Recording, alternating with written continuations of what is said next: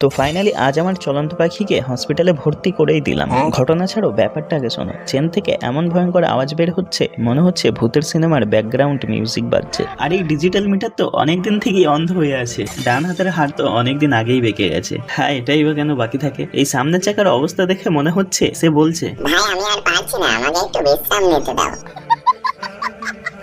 তারপর আবার কয়েকদিনের বৃষ্টিতে পুরো বাইকটা পরিণত হয়েছে ডুবন্ত টাইটানিকে। থাক, বাকি সমস্যার কথা আর বললাম না। ভাই, একটা গাড়িতে এতগুলো সমস্যা নিয়ে কি চালানো যায়? তাই আর দেরি না করে চলন্ত পাখিকে হাসেম ভাইয়ের হাতে চিকিৎসার জন্য তুলে দিয়ে আমি চলে আসলাম সাহাবুদ্দিন ভাইয়ের দোকানে। কিছুক্ষণ গল্প করে আমি চলে আসলাম আমার ছোট্ট দোকানে। তো গাইস, চলন্ত পাখিকে হসপিটালে ভর্তি করা প্রায় কয়েক ঘন্টাই হয়ে গেল, আর এদিকে আমারও বাড়ি যাওয়ার সময় হয়ে গেল। তো চলো দেখা যাক চলন্ত পাখির কাজ কতটা কমপ্লিট হয়েছে। তো ওই যে আমার চলন্ত পাখিকে দেখা যাচ্ছে, একদম চকচক করছে। পেশেন্টকে রেখে ডাক্তারবাবু কোথায় চলে গেছে? ডাক্তারবাবুকে কল দিতেই ডাক্তারবাবু বললো কিনা আসতে লেট হবে। তাই আমি চলন্ত পাখির চাবির ঠিকানা জেনে চাবিটা নিয়ে নিলাম। চলন্ত পাখি এখনো সম্পূর্ণ সুস্থ হয়নি, কারণ এত বড় বড় রোগের চিকিৎসা এত কম সময়ে করা সম্ভব নয়। সো গাইজ, এই ছিল আমার চলন্ত পাখির গল্প।